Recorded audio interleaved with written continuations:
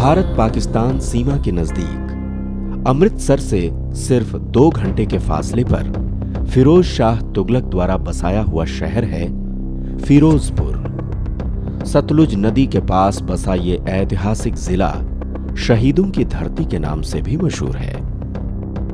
यहीं के 2 भाई चंदन और अनमोल अपने बाप दादा की पुश्तैनी काम को नए सिरे से शुरू करने के इरादे से दिल्ली छोड़कर फिरोजपुर आ गए।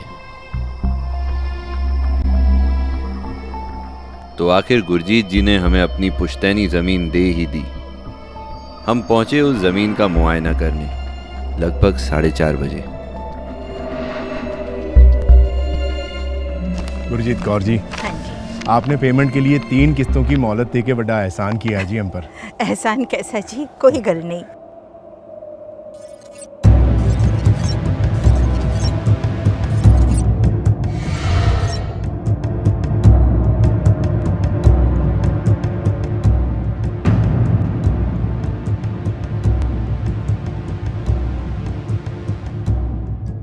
पुत्र,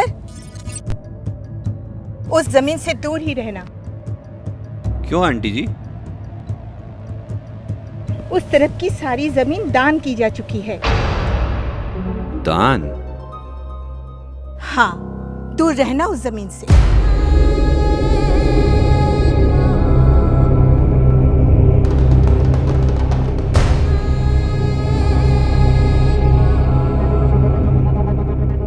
अच्छा, सत श्री अकाल जी। आजा छोटे। आया वीर जी।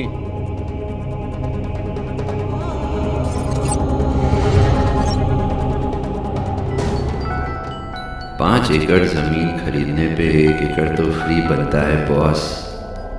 काहे का दान, इसे तो अपना ही समझो।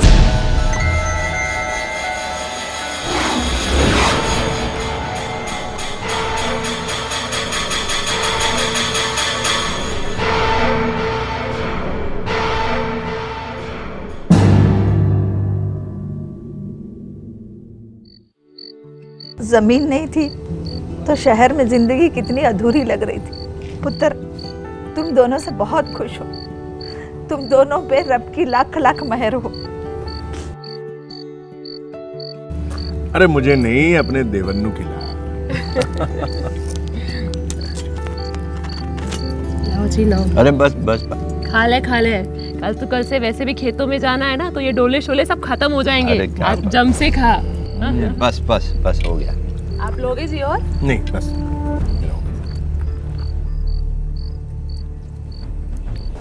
छोटे, दिल्ली वाली पार्टी का फोन आया से। अच्छा, क्या कह रहे थे? बुलाया है पैसे देने के लिए। मैं चला जाऊं? नहीं, तू यहीं रुक, मैं जाकर के निपटा के आता हूँ। 4-5 दिन संभाल लेगा ना तू? अरे बेफिक्र हो, मैं यहाँ सब संभाल लूंगा। चल यार, मेरा हो गया।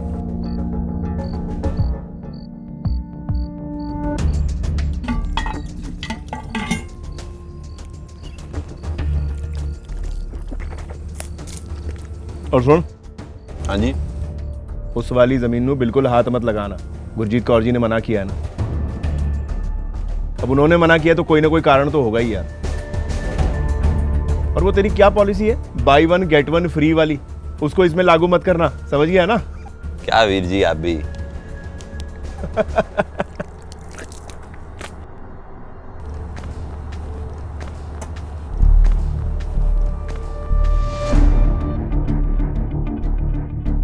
उस जमीन से दूर ही रहना।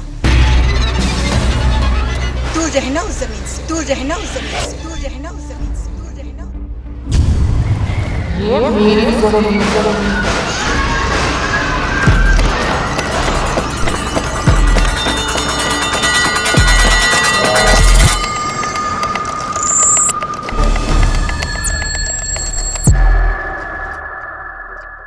मैं डेली खेत पर जाता था, सफाई का काम चल रहा था, मगर मेरी नजर बार बार खेत के उस टुकड़े पर जा रही थी।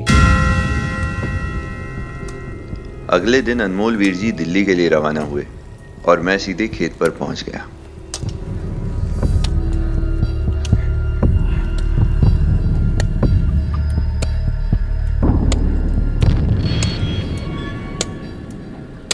अरे ओए, ओ एत्या क्यों है मालिक? कितने लोग हैं हम? 4 मन। 4 लोग। एक काम करो, यहाँ की सफाई सारी बंद करो।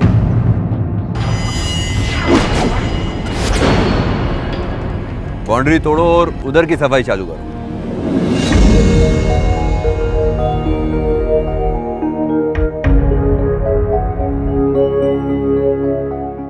अरे खड़े खड़े देख क्या रहा है? एक्स्ट्रा रोकड़ा दूंगा। चल फटाफट चालू कर। साहब उत्थे कोई नहीं जाता। बड़े मालिक ने भी कहा था। अरे मैं भी तो साहब हूं, जो कह रहा हूं वो कर।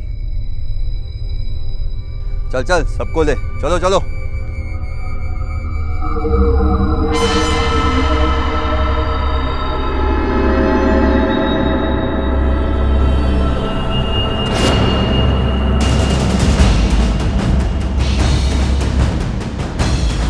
अरे काम छोड़ के कहां भाग रहे हो? ओए! अबे साले काम चोर कहीं के।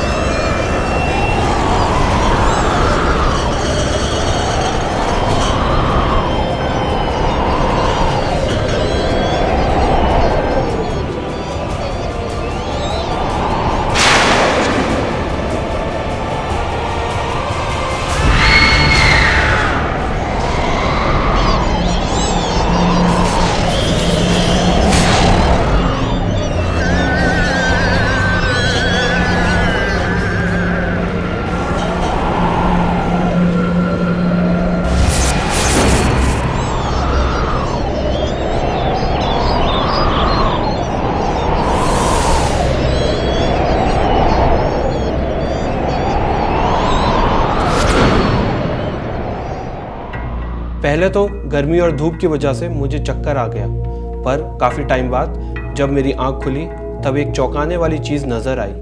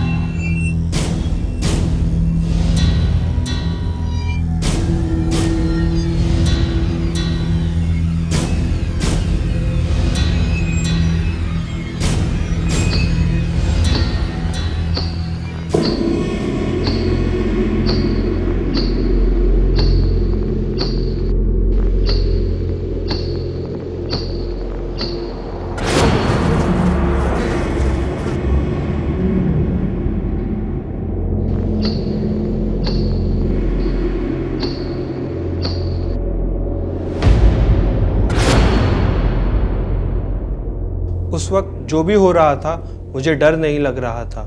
मुझे लगा ड्रिंक करने की वजह से ऐसा हो रहा है। मैं घर चला गया।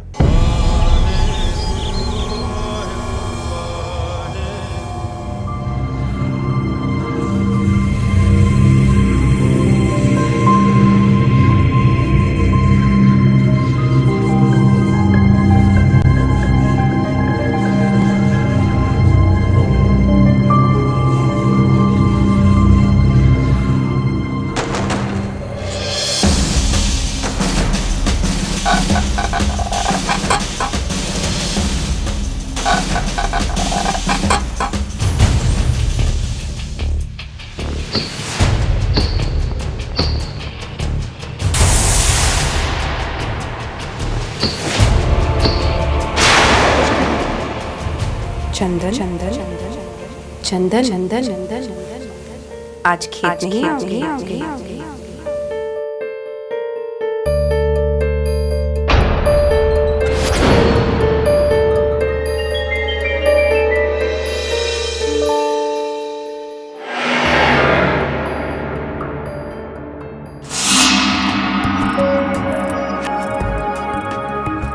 की गल बड़ा मुस्कुरा रहे हैं। लगता है सवेरे सवेरे बहुत ही सोहना सपना वेखे। हाँ चल उठ, खेत नहीं जाना की?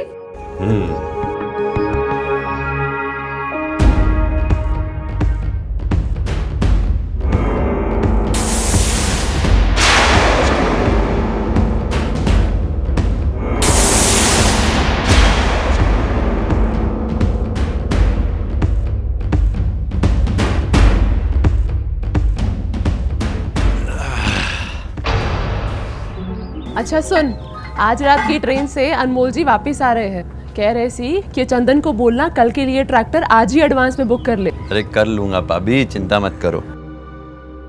पुत्र जीता रहे।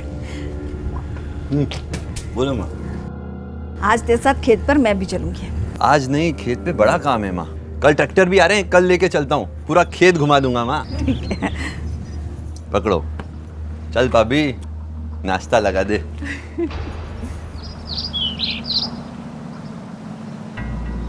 चंदन काम के लिए इतने जोश में नजर आए, ये मेरे और माँ जी हम दोनों के लिए हैरानी की बात थी।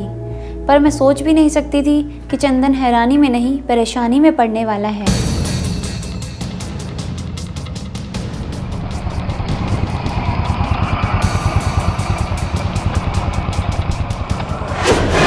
ओए जेसीबी डंपर लेके किथे तू? चल उत्थे ही रुक, मैं पहुंच रहा हूँ।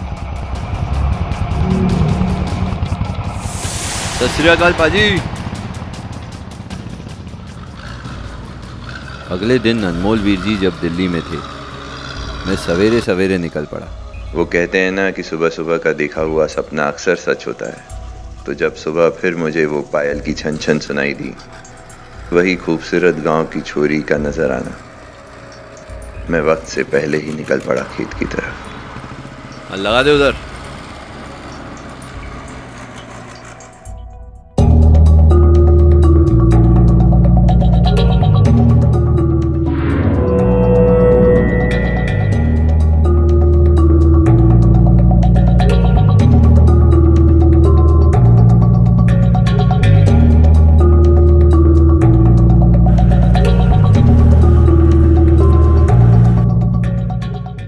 कहाँ चली गई साली?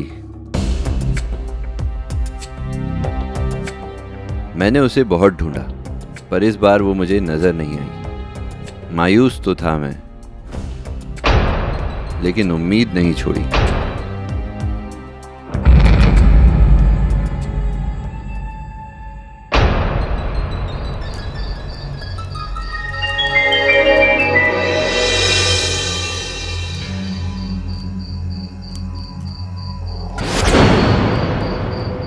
रात को जब मैं औजारों की मरम्मत कर रहा था, मुझे उसकी पायल की छन छन सुनाई दी।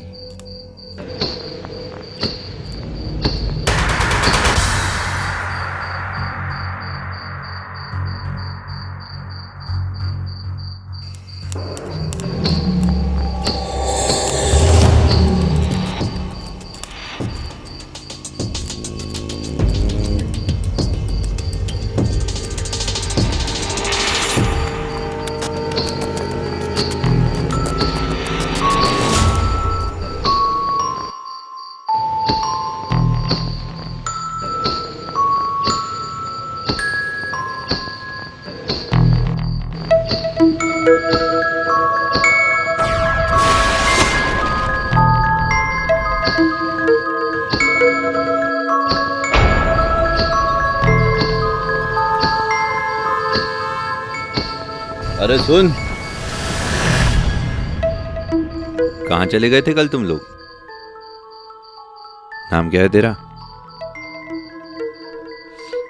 अरे रहती कहाँ है तू? वो खेत के पीछे वाले गांव में। अच्छा, कौन कौन है तेरे घर में?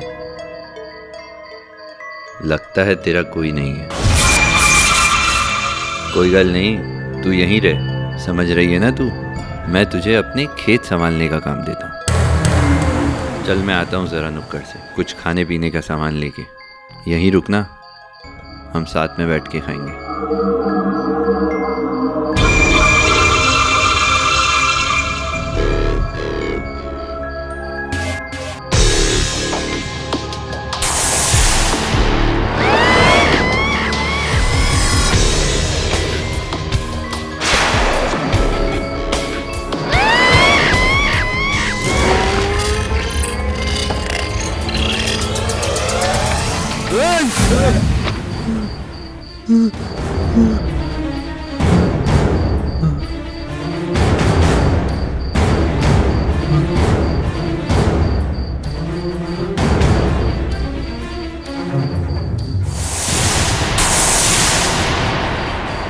देखा तुमने? देखा तुमने? कोई भी नहीं है वहां। अपने आप गिरा ये। मरते मरते बचा मैं। अभी तो साहब मरते मरते बच गए। जाइए, कहीं नुक्कड़ की दुकान बंद ना हो जाए। शाम होते ही यहाँ की हवाएं अपना रुख बदल लेती है।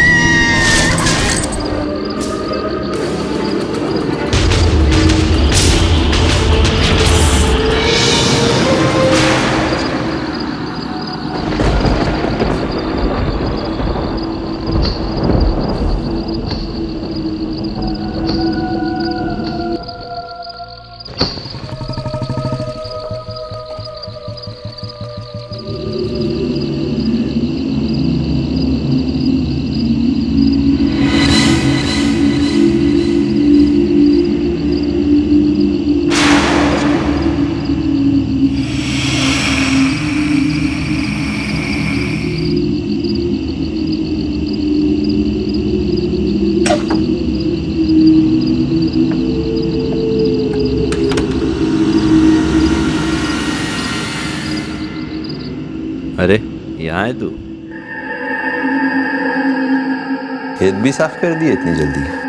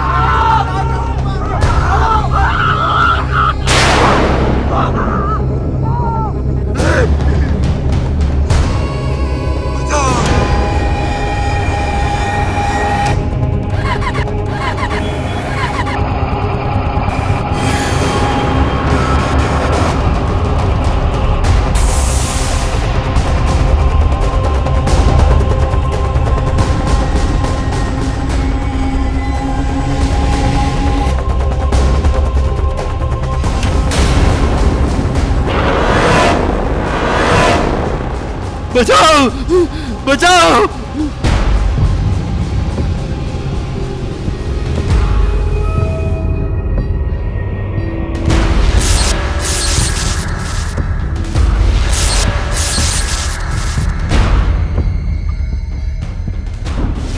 पाजी पाजी पाजी उठो पाजी पाजी।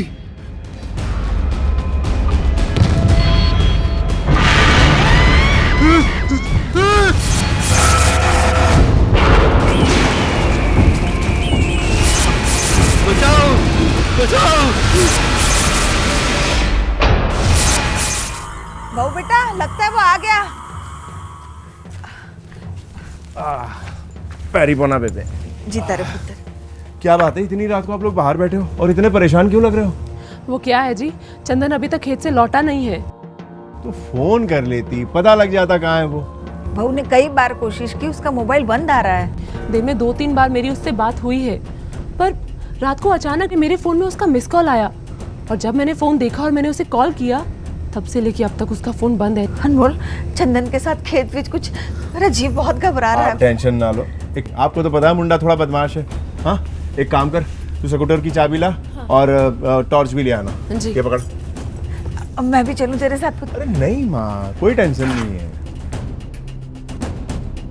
मैं चला जी? अरे मैं कह रहा कोई लोड नहीं, बैठो आराम से। वहाँ पहुँच के फोन जरूर करिए पुत्र। जी बेबे।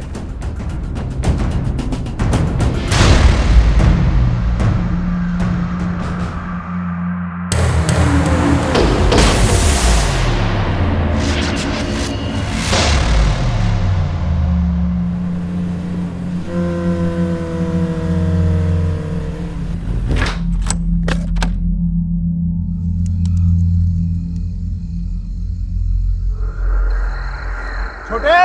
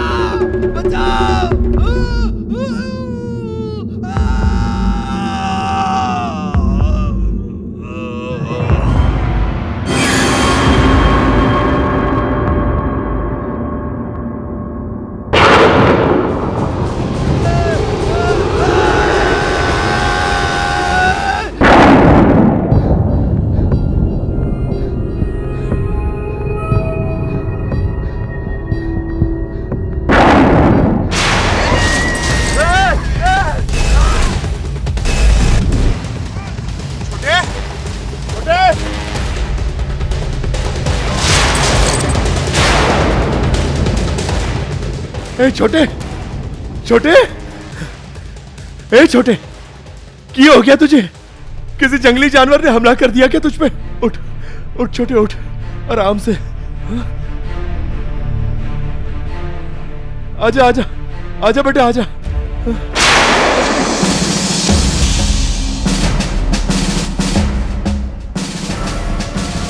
कार चल।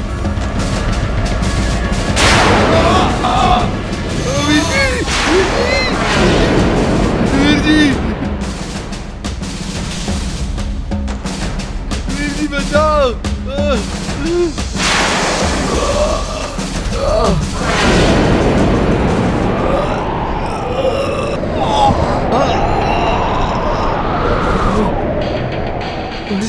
किथे गया छोटे? तू किथे छोटे? कितने हैं मेरे पाए?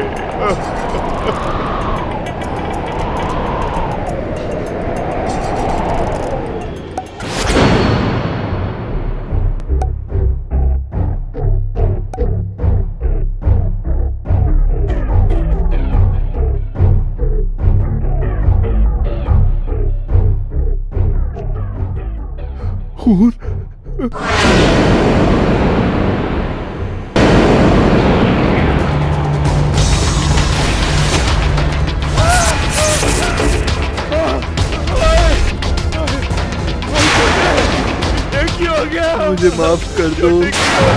मैं कहता हूँ छोड़ दो उसे, छोड़ दो। उसने मेरी जमीन हड़पने की कोशिश की है और तू कहता है मैं इसे छोड़ दूं?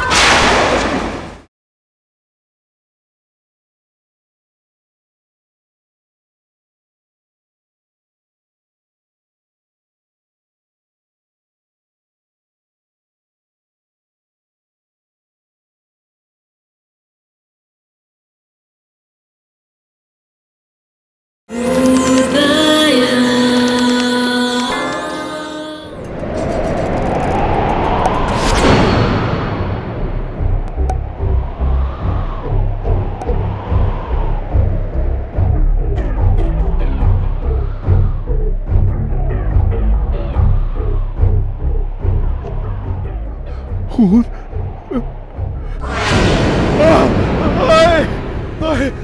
ओए छोटे, ये क्यों हो गया? छोटे क्यों हो गया?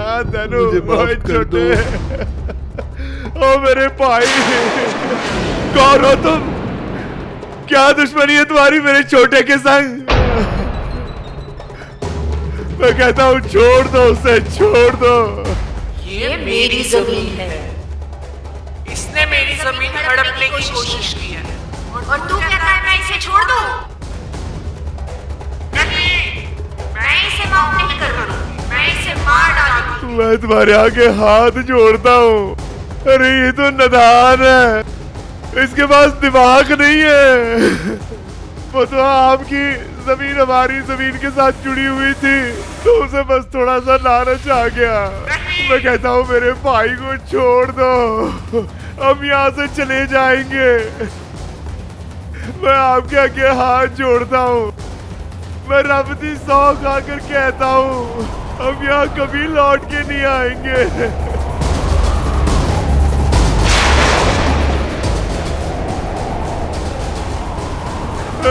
माफ कर दो बेटे, माफ कर दो। बचा लो वीर जी, माफ कर दो जी, मुझे माफ कर दो। छोड़ दो मुझे। वाहिगुरु वाहिगुरु वाहिगुरु वाहिगुरु, छोड़ दो इसे, छोड़ दो जी। वाहिगुरु वाहिगुरु, छोड़ दो जी। मैं आपसे विनती करता हूँ, ये बच्चा है, ये तो बहुत बड़ा, ये नादान है, ये बच्चा है, छोड़ इसे। इसकी तरफ से मैं आपसे माफी मांगता हूँ, छोड़ दीजिए, दिल बड़ा रखिए।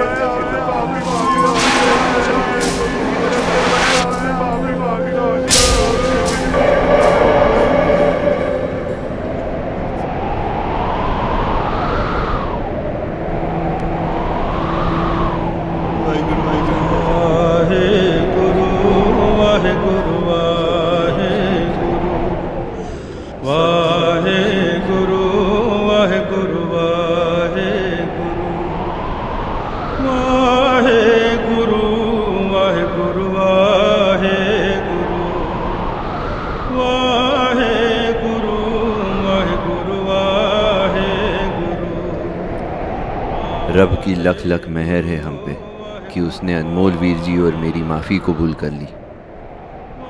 मैं सच में लालच में आ गया था, उसकी और उस ज़मीन की।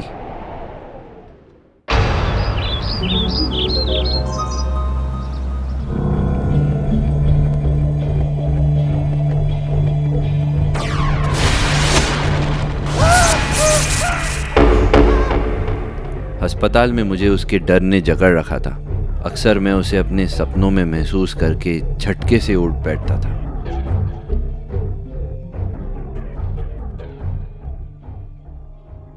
जब गुरजीत जी मुझसे मिलने आई, तब हमें उसकी असली कहानी का पता चला।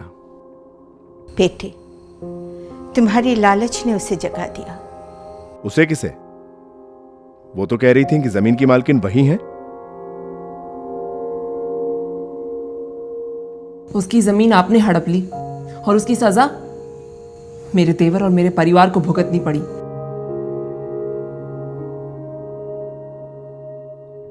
ये मेरे दार जी के दौर की बात है। उसका नाम नीरू था। वो एक किसान की पत्नी थी। किसान को एक जानलेवा रोग लग गया। उसके इलाज में उसके घर, बर्तन, खेत सब बिक गए। फिर भी वो किसान न बच पाया।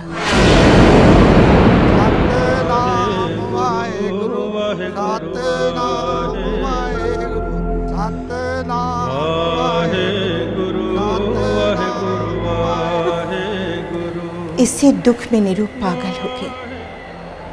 वो पिंड में इधर उधर दीवानों की भांति फिरती रहती थी। अपने बिके हुए खेत में जाकर रोती रहती थी। उस खेत को मेरे दारजी ने खरीदा था।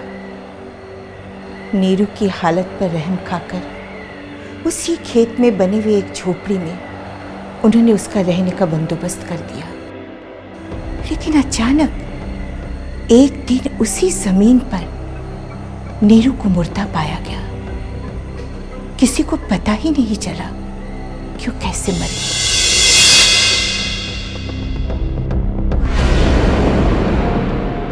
खेत के साथ जुड़े हुए उसके जज्बात को समझते हुए दारजी ने उसी खेत पर उसका दाह संस्कार कर दिया और ये ऐलान कर दिया कि उतनी जमीन पर कोई भी अपनी फसल ना उगाए और ना ही फावड़ा चलाए।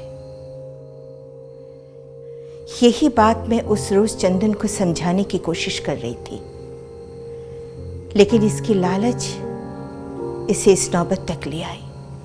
अब मैं उस जगह नीरू का एक स्मारक बनाकर गुरु ग्रंथ साहिब जी का पाठ करवाऊंगी ताकि उसकी आत्मा को शांति मिले।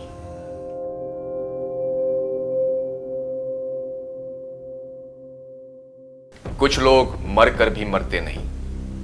कहा जाता है कि कुछ आत्माएं ऐसी होती हैं जो मरने के बाद भी अपने शरीर से अटैच्ड होती हैं। चंदन ने जाने अनजाने में एक कब्र खोद डाली थी, जिसके कारण एक रूह, एक साया उसके पीछे पड़ गया था। चुड़ैल जो है एक ऐसी प्रेतात्मा है, या तो जैसे कोई स्त्री बच्चे को जन्म दे रही हो, जन्म काल में उसकी मृत्यु हो जाए, अथवा उसकी कोई हत्या कर दे, या किसी विशेष परिस्थितियों के अंतर्गत अपने को आग लगा ले। ऐसी स्थिति में जो स्त्री की आत्मा है वो प्रेत आत्मा चुड़ैल कहलाती है। चंदन के अंदर छिपे उस डर को बाहर निकालना अति आवश्यक था। इसके लिए हमने उसे ग्राउंडिंग, रूटिंग, सेंटरिंग, क्लेंजिंग जैसी कई प्रक्रियाएं सिखाई, जिनके द्वारा वो उस डर से आजाद हो सके और सदा के लिए उस आत्मा से भी। लालच और खाली पड़ी चीजों पर अपना हक जताने की आदत भारी पड़ जाती है, लेकिन यह आदत चंदन के लिए इतनी खतरनाक और भयानक साबित हुई कि चंदन और उस जैसे दूसरे बंदों के लिए सबक बन गई।